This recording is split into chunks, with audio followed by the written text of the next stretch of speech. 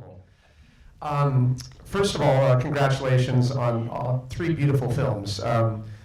There's so many things I want to touch on because it's such in all their own right, such an ode to the ocean in the right way. With Our Waters, it turns out you have a background as a scientist in, with fisheries, and so that came before the filmmaking. Yeah, funny enough, I started in film as a professional skier. Okay. And I made ski films for years, but I'd gone to school for fisheries.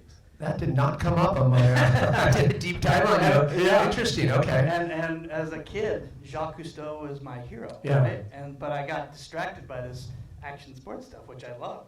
Good stuff too, right? Yeah. But I was like, I gotta get back to making films about where humanity and environment crash together. Right. And that's when I started making a bunch of stuff, and I do a whole bunch for Patagonia as well. Just made a film. Yeah. So you've worked with Yvonne in the past. Yvonne, So yeah. maybe talk about once being a filmmaker is one thing, but then being part of a project that has purpose. Yeah. And maybe does that give you a little bit more drive and incentive to get the story right? Yeah, I mean this Our Waters is a 13-minute film, but it is targeted at asking one question, which is how to stop an industrial development that a town doesn't want. And so this is really film as activism.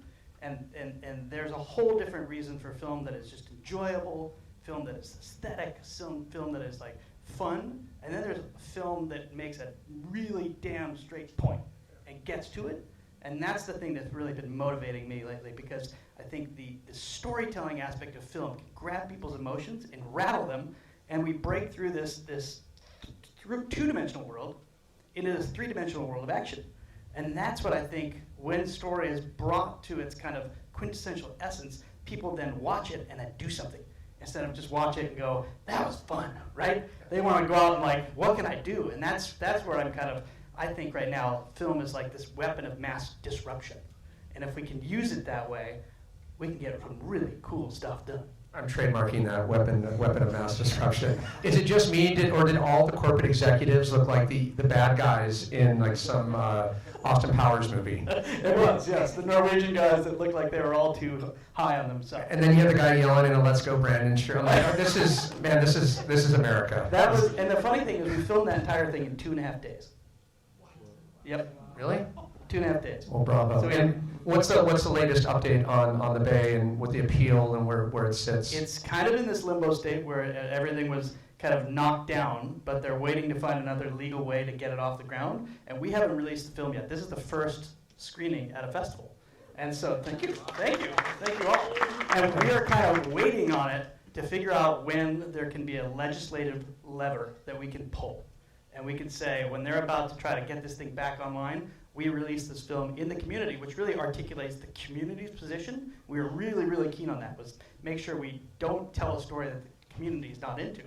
And at that point, hopefully, let the community articulate this position and then force the legislature to do something the community wants, instead of being kowtowed to the corporate interest. And that's kind of what the idea is. So it's a political fight. This is a bit of activism. You even have me riled up. I love your energy and your passion. It's very effective, right? So I want to switch gears to talk about Amber's journey as becoming a filmmaker. Obviously, there was the skimming passion, which I used to skim, but I gave it up right around when I hit mid-century, or half a century. But talk about the idea for the film and what was the impetus, what was the spark to become a filmmaker? Because you wore, it looks like, every hat in this movie in terms of being in the movie and really being really creative with all the devices, the tricks of really telling a story that was kind of interlaced.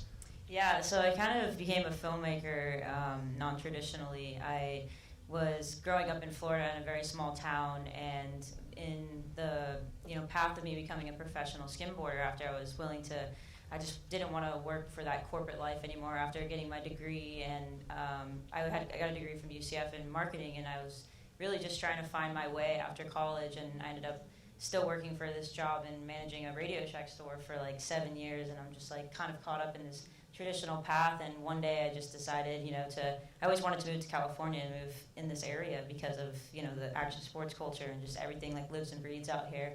And one day I just kind of decided to fit everything in my small car and drive across the country. And kind of just not look back and try, my hardest to not only promote myself in a small sport of skimboarding, because it's not like surfing and skateboarding where you can kind of get all these big sponsors and do all this. I wanted to show people that, I can find a way in this small sport to kind of make a living and make it happen because I can promote myself and because I can become my own filmmaker and I can make these videos myself. I didn't have sponsors and corporate companies to be doing this stuff for me, so I decided to kind of pursue it on my own. And when I met this girl in Mexico, which is Chave that you saw in the video, I saw that she was kind of doing the same thing on a path that she was much younger than me, but honestly like in the beginning of my journey in her own country. And when I met her in Cabo, Mexico, we were actually like competing, and it was like, it's one of the craziest shore breaks in the world, one of the most dangerous shore breaks in the world to compete in skimboarding. And I was like kind of in a very like exciting part of my career, and I was winning, and she kind of came along. I had no idea who she was, and she beat me in the last like 30 seconds. And I'm like, who the heck is this girl? Like, I had no idea who she was. And after some time, we just started hanging out, and I told her, it's like, you're with me, like, let's just do this, like, let's just, promote women's skimboarding and just go hard. Like, she was into, like, creating and digital and everything, kind of promoting herself as well. So I'm like, if this girl, felt the same way the way that I felt, like, I felt like I was no one in this small town, only female out there with the boys. And I realized at that moment that there's so many other girls and there's so many other people on this planet that feel the same way that I do. I feel like they're no one, and they have like no one to kind of feel this journey with them. They feel like they're kind of chasing it on their own, but really we're all around the world kind of chasing this same passion to kind of pursue and do that, journey. And I really wanted to make that film to kind of reach out to people around the world and show them that they're not alone.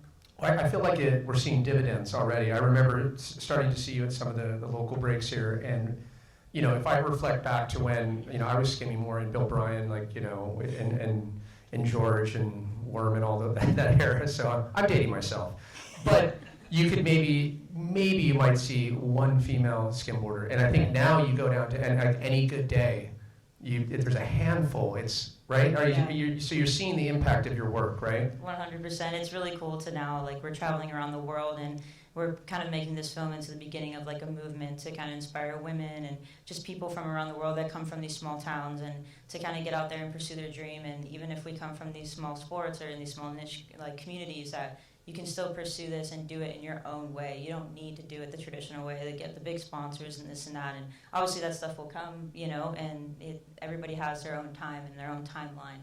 But I think it's just important to kind of pursue and do it out of your passion, and the love and everything else will follow. Well, as someone that lives here, I think you really showcased Laguna. I know there's obviously global stops in the movie, and you just made Laguna look so beautiful. And speaking to that, making California look beautiful. Now, see that segue? Just seamlessly, just over the shoulders of Amber.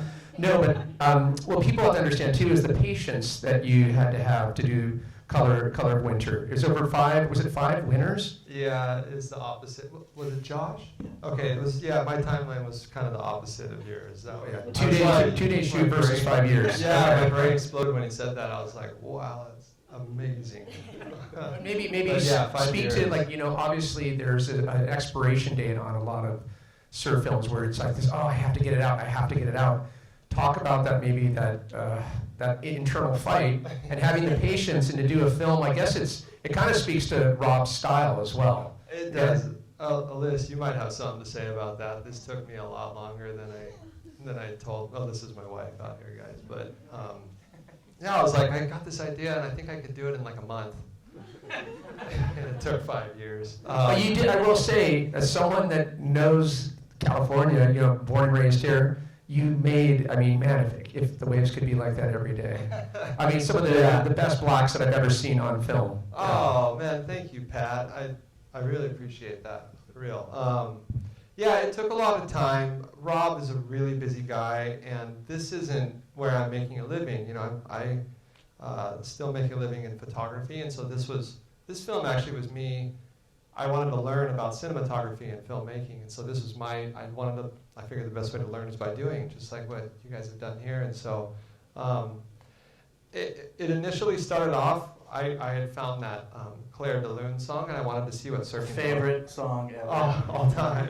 Yeah. Spectacular. Oh, thank you, man. But I wanted to see what surfing would look like to that song, and I like visualized that whole thing in my head before we even filmed it, and I kind of had like every shot already lined up, and so we started. I called Rob out of nowhere, and we started filming for it, and we kept getting all this other footage, and I was like, this is great, but this won't work in that one little song, and so finally we like finished it, and it just to just do the little 5-minute song just didn't feel like it made an impact.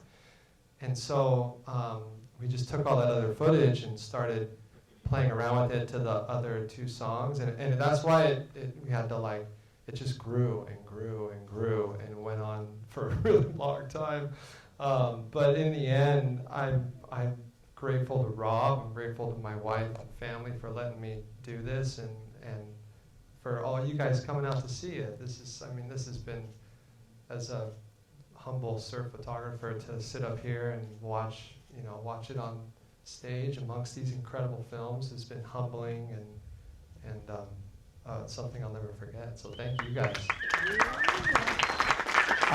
You'd be hard pressed too. I was looking in the footage where there's a little bit of like a crease or I don't know, in Rob's style, and I'm waiting for that moment. Oh, he looks awkward. There's not one awkward moment with Rob. Am I right?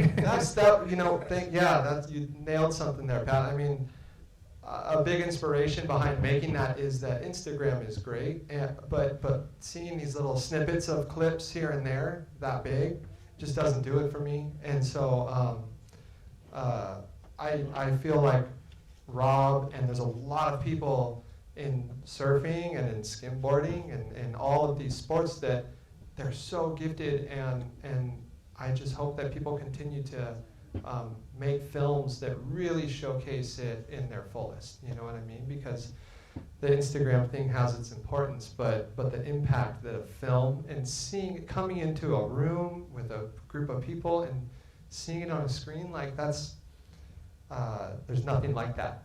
You know. I agree entirely. Although I do grapple with, does Instagram have any value? But we can so I have to ask too. I agree. That was your university, if you will, of filmmaking. What did you learn from it? What's your? I learned that I underestimated how hard filmmaking is my entire life. I mean, Steve Sherman over there has been a big influence on me. He was someone that helped me a lot in my photographic career, and then I know We love you, Steve. Curly are in the house, and those are people who have been a big impact on me. But I come from photography, and I always would watch the filmers in the water, and I did not get how hard it is. You know, guys like Dave Homsey and Sonny Miller and all these incredible filmmakers. It is such a large project, and it consumes you in such a huge way. And yeah, I learned that I way underestimated how hard it is, and to come up with like creating a story or capturing a story and narration, and it's there's so many elements to it that I just never realized were there. No, it's great to hear. I mean, it's that learning process. How about for you, Amber? Like I said, you wore so many hats: the editing, producing, directing, shooting. What's your biggest aha? After completing the project?